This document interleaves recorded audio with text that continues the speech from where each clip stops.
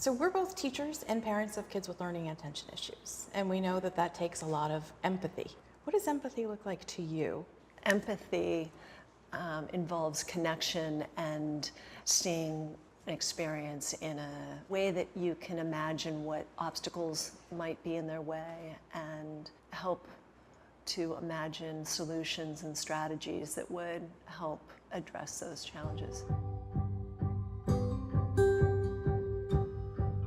A way that I would explain that is becoming more of an investigator of why things are breaking down. So when I see a disappointing behavior, or instead of rushing to judgment or assumption about what this disappointing behavior, whether it's like not turning in work or getting things in late or disruptive behavior or any kind of breakdown. If you had one piece of advice for teachers about sort of throwing the curtain back on what you think of as bad behavior, what would it be?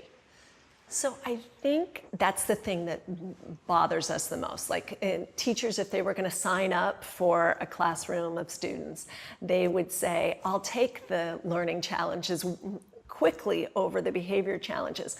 What they don't sometimes see is that they are very intertwined.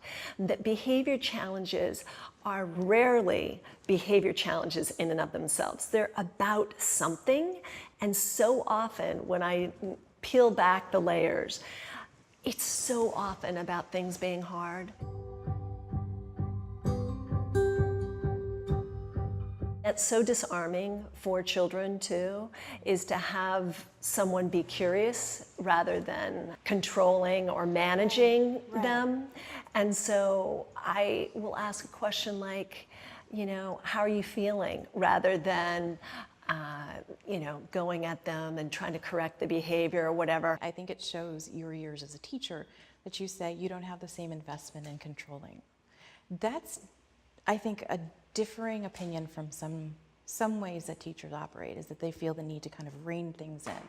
So this idea of compassionate curiosity in the classroom looks different than that to you? Absolutely. I'm more of an investigator, and it's a questioning, but like a caring questioning, not questioning because you know the answer. That's a different thing, and teachers do fall into that sometimes, is like questioning just to try to get you gotcha kind of questioning. This is a genuine, authentic questioning, which doesn't assume that we know what is behind the disappointing behavior that's going on. All of those things, I want to figure out why that's happening, not assuming that someone's lazy, not assuming that someone doesn't care. When we see something breaking down, we go immediately to trying to fix it or trying to control it. And it's so much more effective to try to get the information so that you can actually develop solutions and strategies that are appropriate.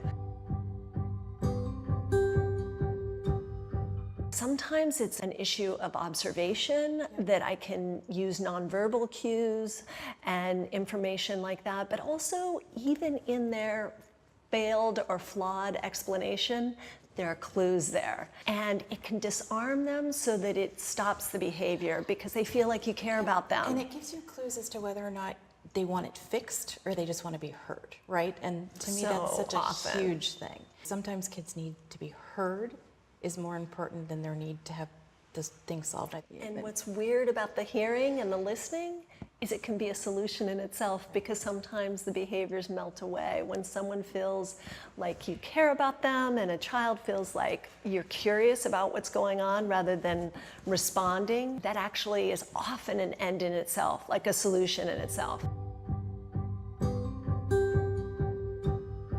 Empathy is so much about imagination and trying to slip into the shoes and imagine the experience of doing things you're bad at all day long. Because so often, students with learning and attention issues, they are asked to do things that they're failing at all day long because they're so mechanical.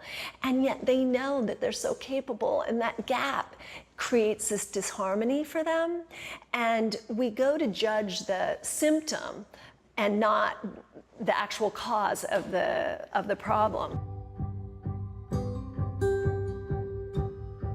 There's so much shame involved with not feeling capable. And I think the biggest thing a teacher can do for a student with learning and attention issues is to, one, explain the distinction between a thinking issue, like a thinking challenge, and a mechanical challenge, because really learning and attention issues are mechanical. And it may get in the way of reading quickly, it may get in the way of spelling well or learning one's math facts, but when students can understand that this is not about their ability to make connections, come up with ideas, understand things, if they feel seen by a teacher, it is so liberating and it's so reassuring. They have to imagine their potential and really believe it. What do teachers need to believe for that potential? So often in their history, especially experienced teachers, they've come to associate these behaviors with lack of ability and low potential. Teachers, when they look at a student and really believe and really understand that because someone is a slow reader or a poor speller or slow processing, that somehow that doesn't give us any clue whatsoever into what their potential is in terms of if they can make connections between ideas, if they can draw really interesting conclusions. Those things are completely separate. Who wouldn't confuse that with their own intellectual abilities? It's such a natural assumption. And that's where adults need to step in and tease that out, because all of that, that's all failure for them.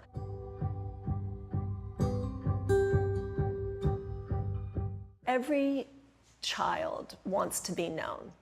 And it's, if in fact someone is investing in knowing them, so many behaviors fall away. And it's so helpful because it provides an incentive for their own investment, because they actually want to be their better selves.